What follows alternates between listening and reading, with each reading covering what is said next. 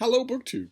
As I have mentioned, shamefacedly, in the last few days, I am a co-host of an event in November. You'd never know it from how little. When I'm a co-host of an event, I like to make a video about that event pretty much every day, and I have not been doing that for New Worlds November, which is a BookTube event now in its second year, created by the Bookish Bryants to celebrate science fiction. I'm one of the co-hosts. We have a great roster of co-hosts, but I have not made what is today 16 videos, 17 videos. I haven't done that. I'm going to try to mend my ways. I don't even remember what prompt we're on. There are 4 prompts for the month, and I don't even remember which one we're on. I have no idea. I am such a bad co-host, but I wanted to sort of peek in and give you an update. I've been reading a ton of science fiction. I haven't been doing my reading along the prompts or any of the treasure hunts that we've set up, but I have been doing a ton, more than usual, in observance of New World November. And I wanted to mention one of those today because it's been sticking. It's been on my mind. It's an anthology that I just found at the Brattle just recently called Hidden Planet. It's edited by Donald Walheim, and it's all about Venus. It's all about the planet Venus. It's from 1959, and some of the stories date from much earlier than that. Let me see, the table of contents here is Field Expedient by Chad Oliver is the one that opens the book, and that was written in 1954. Then there's Venus Mission by J.T. McIntosh. That came out in 1951. I don't think I've ever read any J.T. McIntosh until this one. Then The Luck of Ignatz by Lester Del Rey that came out in 1940. The Lotus Eaters by Stanley Weinbaum that came out in 1935. And Terror Out of Space by Lee Brackett that came out in 1944. So although this anthology came out in 59, most of these stories predate that date by a decade. So I kind of knew what I was expecting going in, right? I mean, look at the cover. Don Walheim must have commissioned that cover, or at least accepted it, and look at that. We see a spacefaring astronaut. He has a dome over his head and a rebreathing unit on his back, but his hands are bare. He's stepping out of a spacecraft, and there are giant beasts behind him, looming jungles, and a towering mountain. And you don't have to be familiar with Edgar Rice Burroughs' Carson of Venus stories to know that when these stories were written, especially, to say nothing of when this anthology came out, but when these stories were written, well, you could have guessed that. You wouldn't have been wrong to guess that. Venus is a very near neighbor to Earth, a very bright object in the night sky, and perpetually shrouded in clouds. No surface features are visible, nor have ever been visible in the history of humanity. So, you could look at that, you could look up at that in the night sky, you could train an amateur telescope on it, as Galileo did, and you could say, well, who knows what's underneath those clouds, right? Earth has plenty of clouds, and Earth is a teeming biosphere. Venus is even closer to the sun. Maybe it's a tropical biosphere. You weren't just Don Walheim or his wife or Lester Del Rey sitting around a table looking at science fiction short story submissions and picturing, which ones are good, which ones we want, that sort of thing. They would not have been out of line. They wouldn't have considered any of these things to be fantasy. So I kind of knew what I was getting going in here, and I got that. Now, this book is I tried dog-earing a page when I was reading, because there was something I wanted to read you, but this book is way too old for that. You dog-ear a page, you lose the corner. But I noticed a detail here. This is from the Lotus Eaters. Let's see here. It's but has man the supremacy of the earth? Look here, Ham, the character addressing our main character. Here's what I mean about intelligence. A gorilla has far better brain than a turtle, hasn't he? And yet, which is the more successful? The gorilla, which is rare and confined only to a small region in Africa, or the turtle, which is common everywhere from the Arctic to the Antarctic?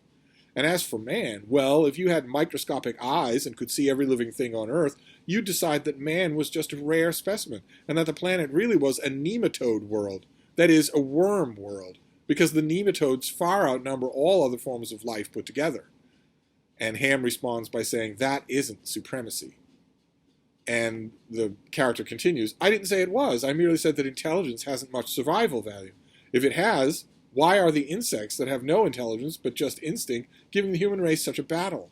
Men have better brains than corn borers, boll weevils, fruit flies, Japanese beetles, gypsy moths, and all the other pests. And yet they match our intelligence with just one weapon, their enormous fecundity. Do you realize that every time a child is born, until it's balanced by a death, it can be fed in only one way, and that way is by taking the food away from the child's own weight of insects? Which is a little weird, and unfortunately, it's not just the lotus eaters that, in all of the stories in this volume, pretty much all of them, 4 out of, what was it, 6 that we had? 1, 2, 3, 4, 5, well, 4 out of 5, are concerned with fecundity, with the next generation, with breeding children, breeding humans. Kind of weird. I don't imagine that there was much conversation between these authors, especially given the spread of when the stories were originally written. I don't imagine that they much compared notes with each other, but it's surprising how many notes crop up that are the same in these stories. All the characters smoke, for instance, all the time. On or off an active spacecraft, they all the time. They do. The conception of what you're going to find on Venus is very, very similar in a lot of cases. The most effective story in the book by far is the Lee Brackett story, Terror Out of Space, which is at least atmospheric and presents a Venus that isn't like the Venus in the other stories. The Venus in the other stories is Brazil, basically. It's a tropical planet full of strange beings. Very few of these stories posit that any native life form on Venus is dangerous. They're mostly just sort of passive jungle-dwelling creatures that we don't learn much about. Most of the stories in this volume, especially the first one, number 1, is Field Expedient by Chad Oliver. But also the third one as well, the Lester Del Rey one. Most of them are about sod busting. They're about exploring and settling a world that is not dangerous in any way. It's kind of a passive jungle paradise, a tropical paradise. It's only the final story, what was it called? The Terror Out of Space? Terror Out of Space by Lee Brackett, that you get any kind of terror, any kind of New World's wonder or, doubt as to what's going on. The dangers and the terrors in all the other stories are completely man-oriented. It's only in the final story that isn't true, but even there, the alien in that story, which is fairly well crafted, was accidentally precipitated onto Venus from a mysterious space cloud. It's not native to Venus. There are native fishes all over the world in that story, but they aren't anything really to think about. They don't seem alien. No time is spent on them at all. It's instead entirely devoted to this creepy, mind-altering alien that is by turns called the Thing or It. I wanted to tell Lee Brackett that in very little time, just a couple of decades, right around the time your story is coming out, the person who's being born is going to copyright the hell out of both of those things. But it isn't native to Venus. That weird alien thing isn't native to Venus. And I was thinking about that when I was finished with all these stories. I was sort of thinking about what do you get out of this book as a historical artifact? Because in very real ways, now I don't want science fiction aficionados to jump down my throat here, but I think you'll know what I mean. In very real ways, this is not a science fiction anthology anymore. It has to be viewed as some sort of historical fiction, in which you won't be reading this for the thrill of discovery that most science fiction gives you. Instead, you'll be reading it to think sort of either condescendingly or not, oh, look at what they thought back then. Not only about society, the women in these stories are housewives. Even if they're housewives in space, they're still housewives.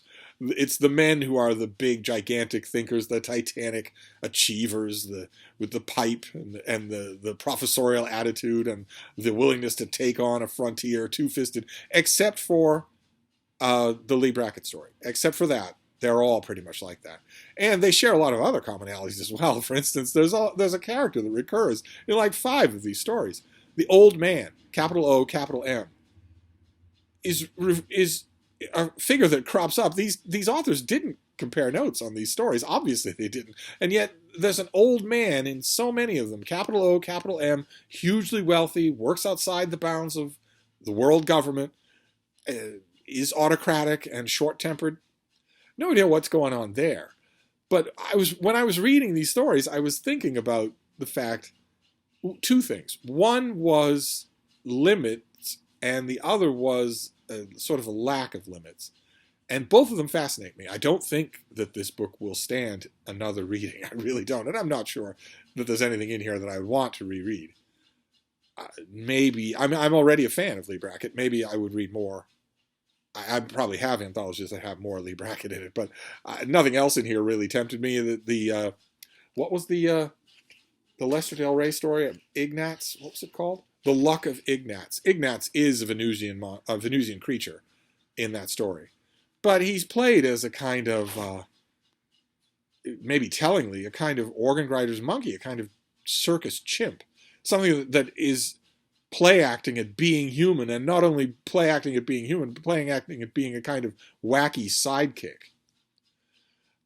Missed opportunities that modern day science fiction would never let happen, never in a million years. And of course, in that story, as in all the rest of these stories, at the end of the story, the last thing we learn about Ignatz is that he would really like to smoke, Venusian or not. But I was reading these stories and I was thinking of the limits in one way. Like I said, going into a volume like this, I knew what I was going to get. Because this takes place, these stories were written long before this anthology was published, before any real news was coming back from the great Soviet Venera program of probes to actually determine what Venus is like. You can look at Venus's clouds all you like, but what about sending a probe there to go into the clouds and then onto the surface of Venus and see what it's like? There wasn't much in the way of that. There was almost nothing in the way of that. And the Russians launched a few probes that either didn't make it or transmitted for a second and then were destroyed. And what they were destroyed by conditions that rapidly became obvious the more probes went out. It was the Venera 4 probe in 1967 that finally did it, that finally did what interplanetary probes are synonymous with. It actually started to explore, to send back data on what Venus is actually like. And it was a bit of a shock. Not just to science fiction fans, but to everybody. It was a bit of a shock. A whole generation of science fiction and fantasy fans had been reading Edgar Rice Burroughs' Carson of Venus stories long before these authors put pen to paper. These authors had been reading those stories. Those stories were formative to these authors. It was kind of a given, both inside and outside of the scientific and science fiction community, that what the Venera 4 probe found would not be anything like what it actually did find, which is a rocky, barren hellscape with temperatures of 500 degrees Celsius, hot enough to melt metal. Tons and tons of volcanic activity, a very young surface, a surface with almost no pocking or scarring or meteor impacts, which can only mean one thing. Since Venus is not, protected by angels any more than Earth is, it can only mean a very active tectonic world. And completely lifeless. Obviously, completely lifeless. 500 degrees Celsius. No fantastic tentacled beasts. No water, and beasts living in the water. In every one of these stories, Venus has vast oceans. In addition to jungles, it has vast oceans. No water, no oceans, no animals, no jungles, no nothing like that. No nothing like that. And that forms a hard line that science fiction has to deal with that other kinds of fiction don't usually have to deal with. The equivalent that you would get, for instance, let's look at the other genres.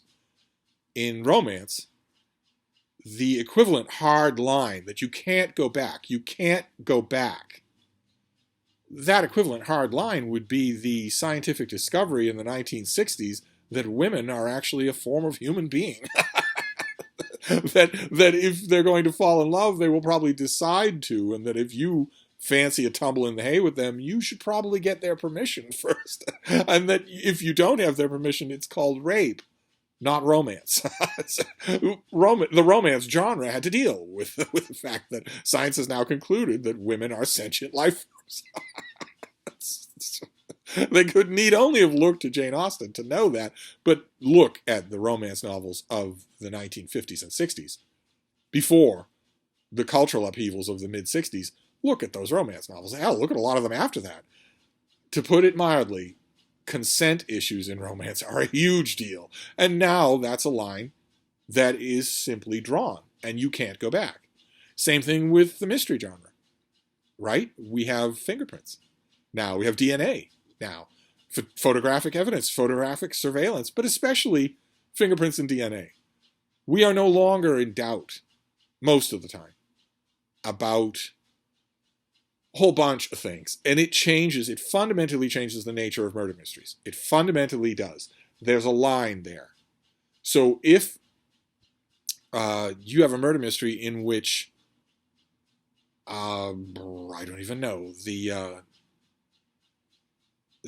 a gun is unearthed from a construction lot 2 states over from where the murder was committed.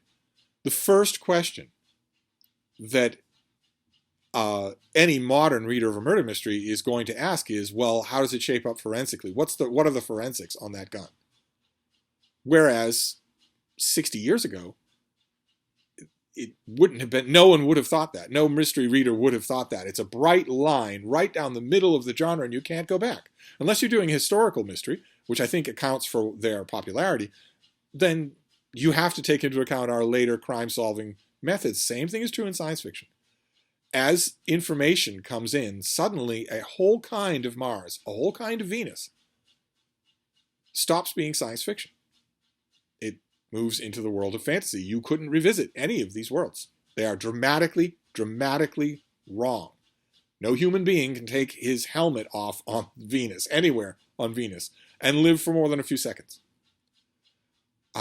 This was absolutely confirmed. In 1975, we got our first actual images of the surface of Venus.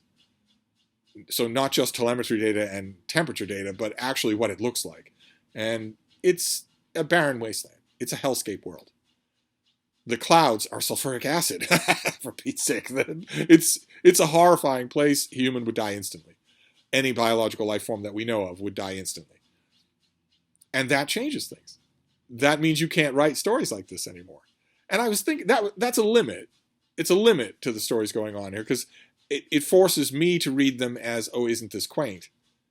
And as I mentioned in an earlier New Worlds November video, if you take away the science from science fiction, you're left with the fiction.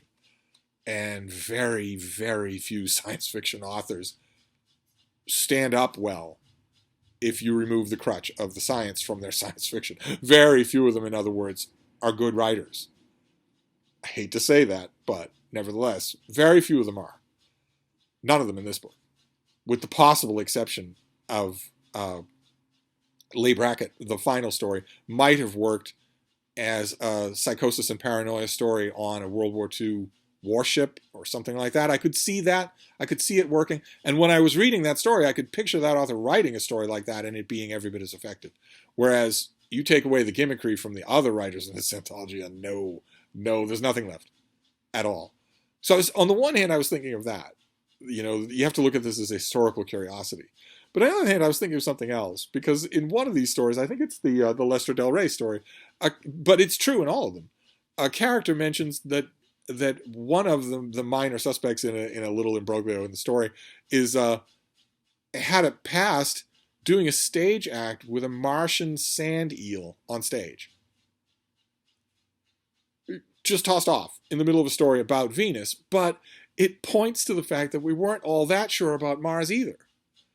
And that made me think these authors, and also just the ordinary kids who love to speculate in the barn loft about the world, about the solar system, their world was so much bigger than ours in that particular way. This anthology came out right about the last minute when anything like Carson of Venus or John Carter of Mars might still have been possible.